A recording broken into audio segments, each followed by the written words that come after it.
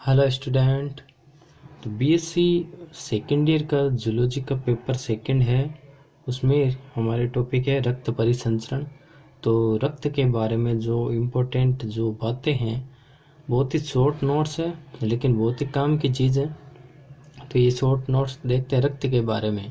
तो आप चैनल को ज़रूर सब्सक्राइब कर लें और इस पर आपको बॉटनी और जूलॉजी के बीएससी लेवल के और शॉर्ट नोट्स भी आपको मिल जाएंगे।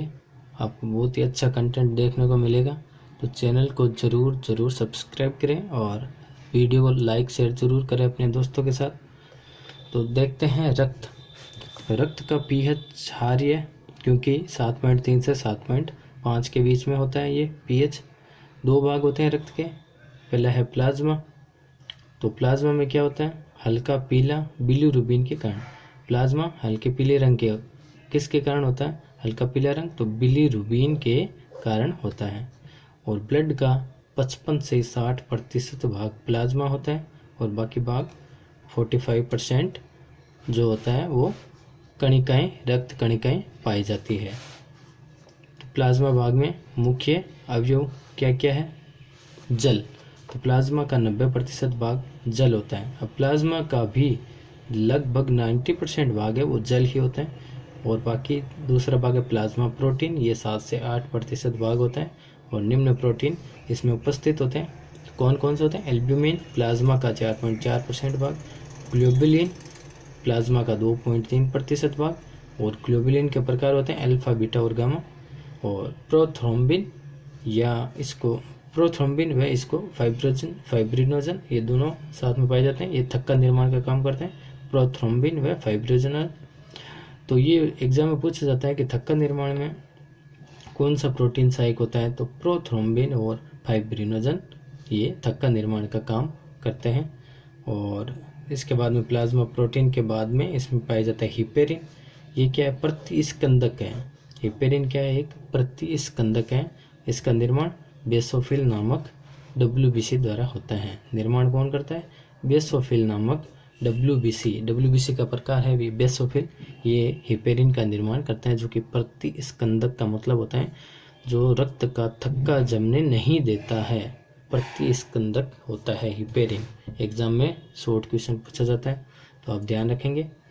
तो प्लाज्मा का काम क्या है? एंटीबॉडी का निर्माण प्लाज्मा में होता है। रक्त स्कंदक फाइब्रिनोजन रहित प्लाज्मा को सीरम कहते हैं। और सीरम बहुत बार पूछा गया, सीरम क्या होता है? तो रक्त का स्कंदन करने वाला यानी कि थक्का निर्माण करने वाला कौन सा प्रोटीन है? फाइब्रिनोजन। याद रखेंगे, फाइब्रिनोजन रहित प्लाज्मा है उसको सीरम कहते हैं। इंपॉर्टेंट है। फिर जो दूसरा भाग है प्लाज्मा के बाद में दूसरा भाग है रक्त कणिकाएं। तो पहला भाग हमने देखा प्लाज्मा, दूसरा भाग है रक्त कणिकाएं। ये 40 से 45% भाग होता है, लगभग 45%। और 3 प्रकार हैं, लाल रुधिर कणिका या इरिथ्रोसाइट। इंग्लिश में भी नाम ध्यान रखेंगे क्योंकि कई बार इरिथ्रोसाइट नाम से सीधा पूछ लिया जाता है एग्जाम में। तो लाल रुधिर कणिका या इरिथ्रोसाइट, इसमें केंद्रक माइटोकॉन्ड्रिया वे कोशिकांग अनुपस्थित होते हैं। ये ध्यान रखना है, इसमें केंद्रक नहीं होता है, माइटोकॉन्ड्रिया नहीं होगा और कोशिकांग नहीं होंगे। तो ये 99% भाग तो रेड ब्लड सेल लाल रुधिर कणिकाएं आरबीसी ही होती है। कणिकाओं में लाल रुधिर कणिका 99% होती है। इसका निर्माण भ्रूण में यकृत व प्लीहा में होता है। भ्रूण जब होता है उसमें तो यकृत व प्लीहा में इसका निर्माण होगा। और वयस्क हो जाता है इंसान तो वयस्क में अस्थियों की लाल अस्थि मज्जा में हिमोपोएटिक उत्तक द्वारा इसका निर्माण किया जाता है। इसके बाद है श्वेत रुधिर कणिका या श्वेताणु, या इसको ल्यूकोसाइट कहते हैं इंग्लिश में। और ये रंगहीन व केंद्रक युक्त होता है। रंगहीन है, इसका कलर नहीं होता है, इसीलिए श्वेत रुधिर कणिका है। और ये केंद्रक युक्त होते हैं। आरबीसी तो केंद्रक रहित थी और ये केंद्रक युक्त होते हैं। आरबीसी अनुपात डब्ल्यूबीसी, अगर हम आरबीसी और डब्ल्यूबीसी का अनुपात देखें तो 600:1 आता है। ये भी ध्यान रखेंगे, 600:1 है। इसका निर्माण अस्थि मज्जा तथा लसिका उत्तकों में। आरबीसी का निर्माण तो अस्थि मज्जा में हो रहा था अस्थियों की, और ये श्वेत रुधिर कणिका का अस्थि मज्जा तथा लसिका उत्तकों में, दोनों में होता है। जीवन काल 5 से 10 दिन जीवन काल इसका होता है। ये ध्यान रखेंगे, 5 से 10 दिन। और आरबीसी का जीवन काल लगभग 120 दिन होता है। ल्यूकोसाइट्स, इसके बाद में ल्यूकोसाइट श्वेताणु, तो कणिका में WBC और कणिका रहित WBC।